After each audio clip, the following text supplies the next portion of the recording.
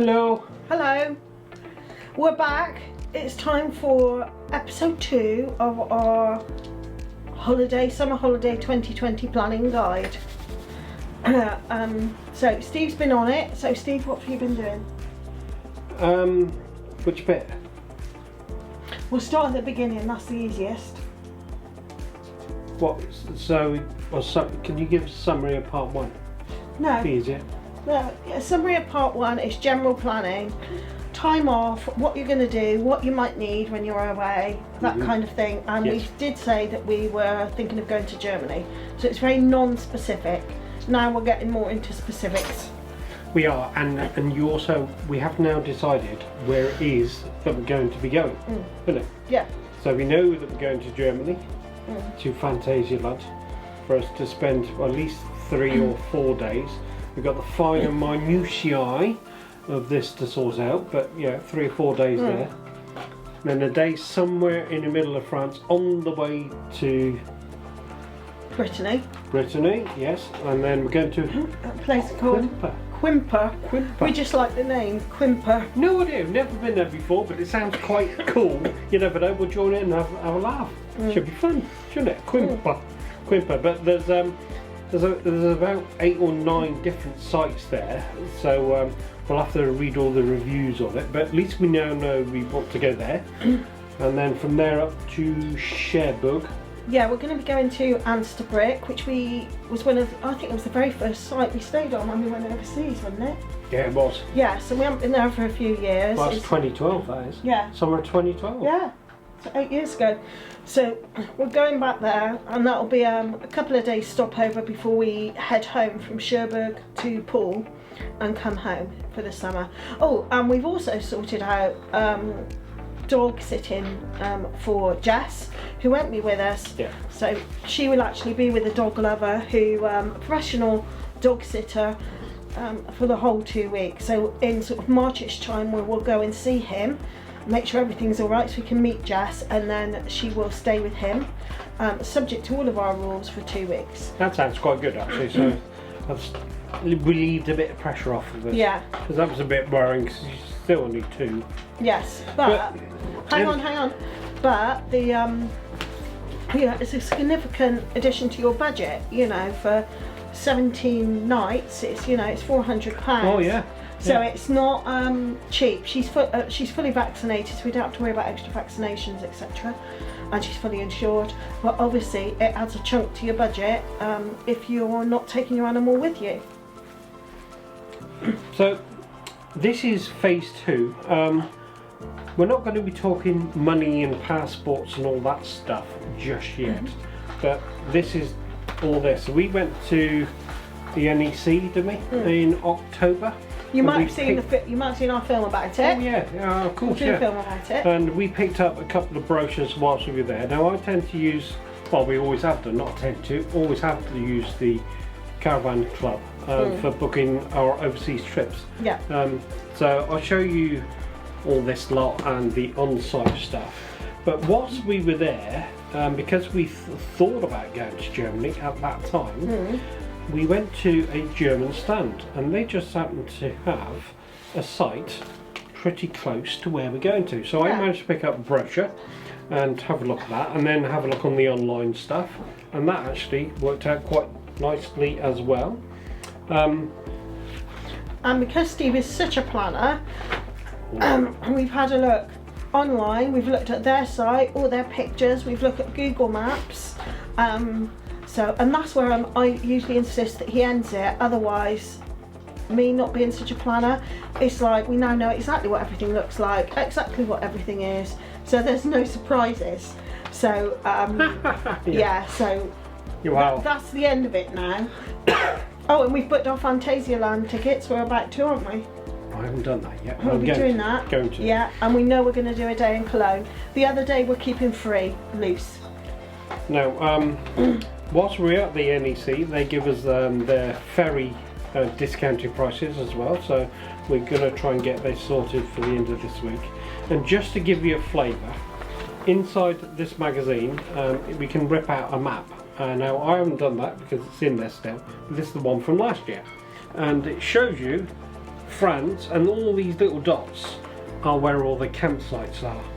And then I have to then go through and mark them all and review them and read them all and find out which ones that we want to go to. And they got the same for Germany, which is on this side as well. So I'll show you that, show you what we do, and then you can have a look at those. And you have to consider with these sites, it's not just the reviews, whether someone has a good experience or bad experience there, hold that for a bit, but it's also, you know, is it suitable for a bigger twin axle 8-metre caravan in our case? You know, what facilities they have on site that you want. Do you want somewhere to eat on site? Do you want a pool? And then you look at the reviews of people's experiences. Steve and I in France anyway are quite good versed in which sites we would never actually touch with a barge pole again. Okay, let's start with the negatives. Trying to get pricing for all this stuff, and then we'll move on to what's good. So here we go. I'm actually on the Motorhome Club website, and as you can see, I'm in the overseas section, and I'll be selecting the German sites on the left hand side down the bottom there. What we'll do is it will then build, and it will then show me all the sites in Germany. Now what it unfortunately does is it only shows me the site names and not the numbers, which is what was shown on the map.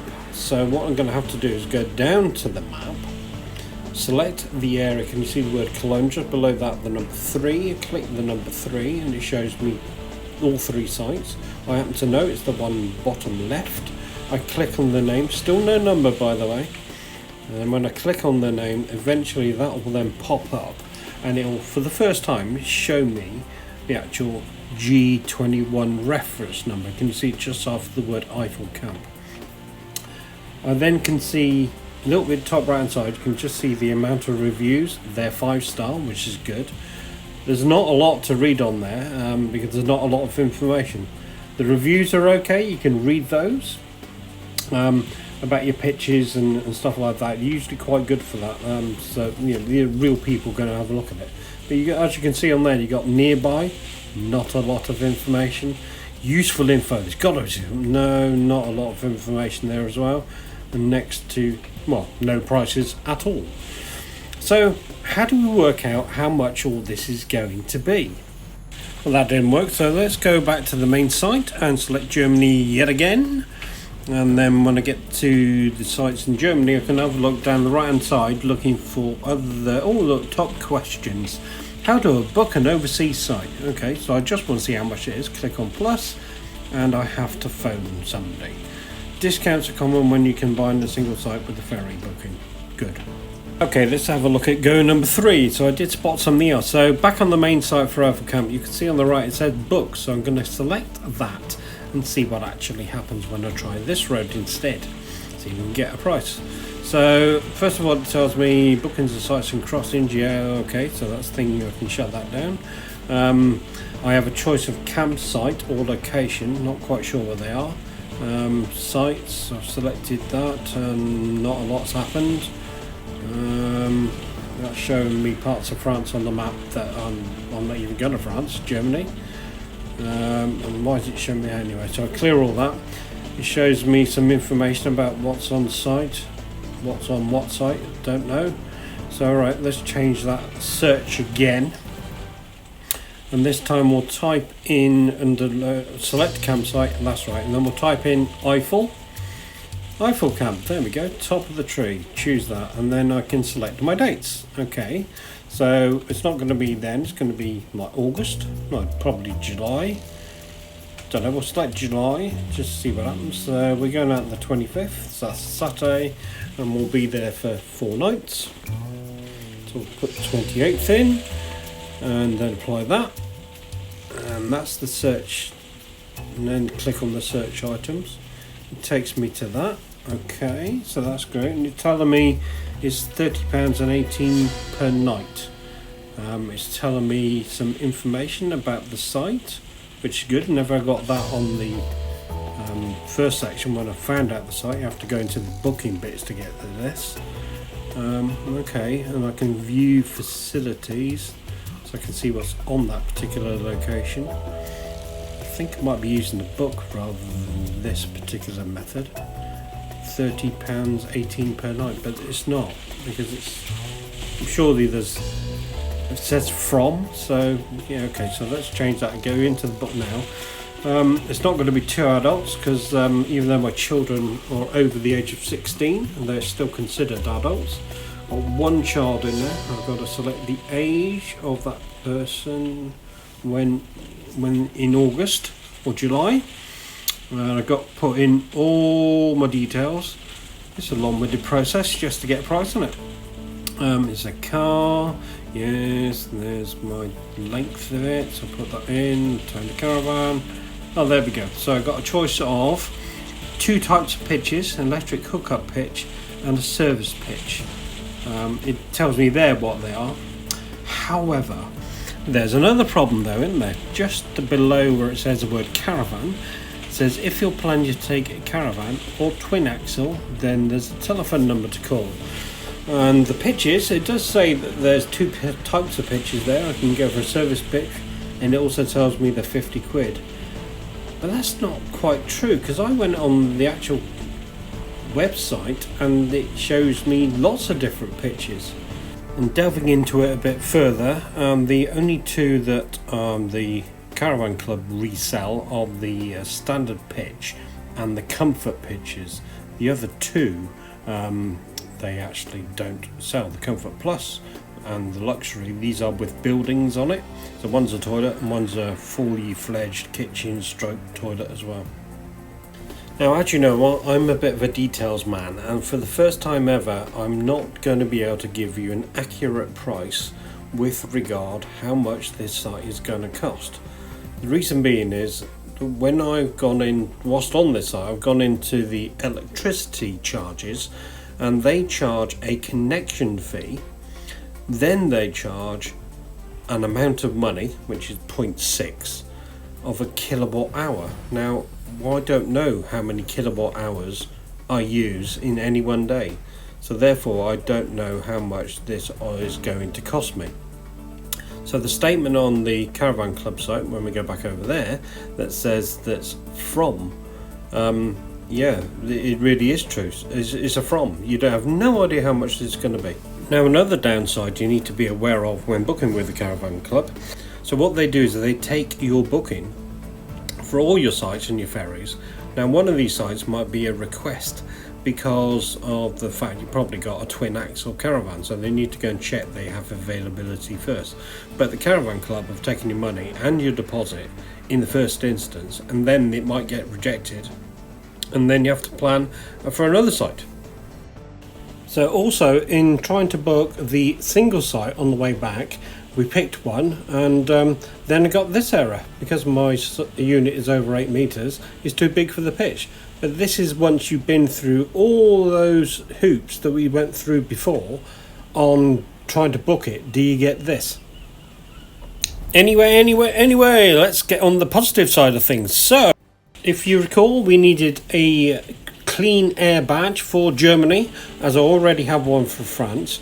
And remember also, we use the Green Zones apps, but we don't buy the badge from their site.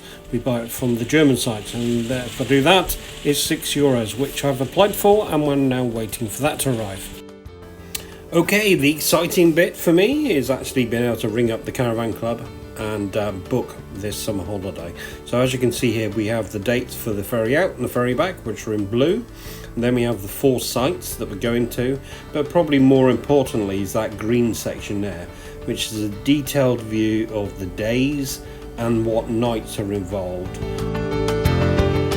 Now also you'll notice, as I'll be doing most of the driving, is column L, which then details the amount of hours roughly that it's going to take between those particular sites. Now that is, a non-stop scenario, but that's not the case. I mean, you will be stopping for a fuel and probably for lunch as well.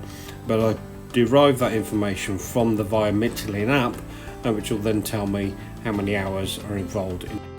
Now I also have a French toll tag, and as you can see, I just velcro it to the windscreen. But this one I bought in 2016, so it's heading for 4 years old, that battery that's inside it.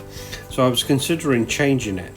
However, I had a look at the French motorway toll map, and there's only one section which requires a toll, so I'm thinking, you know, I might just get away with it for one more year. And a couple of observations. So you'll be wanting to aim for the right hand side of a French toll booth section, because that's where the lorries go and that's where the height restrictions are taken away. On the left hand side you'll see that there's a caravan there who's at a pay toll booth, which is fine and dandy. However, we drive on the right hand side, so your passenger will have to risk bashing the door to make a payment and obviously destroy their head. I'm reliably informed that that's a catastrophe. Now the fun part of this is you can actually drive, apparently, I've not tried it yet because Fiona won't let me, but you can drive at them at no more than 30 kilometers an hour and the barrier will just see your tag and lift. So you can have a bit of fun if you want to. Now the second thing to remember is there are some lanes which you'll see a lot of people queued up at, which are toll tag ones, but when you get there you'll see there are height restrictions. So be aware of that, because trying to manoeuvre a caravan is not fun in lanes that are full. Well, that's it for this post. I hope that's helped so far. Actually, as an aside, I've just had this through. This is the German sticker, the green air sticker for my car. So yeah, that took less than a week to actually get it, and as it says on here, I'll just show that, see if we can zoom in on that particular bit right at the bottom there. It does say €6. And I went, fab, thank you very much. So on the next one we'll have a look at the money side of things and the cars that we take and what we do on that front. There's also things in terms of insurance for the car and the caravan. We need to make sure they're covered, but we'll talk about all those on the next episode.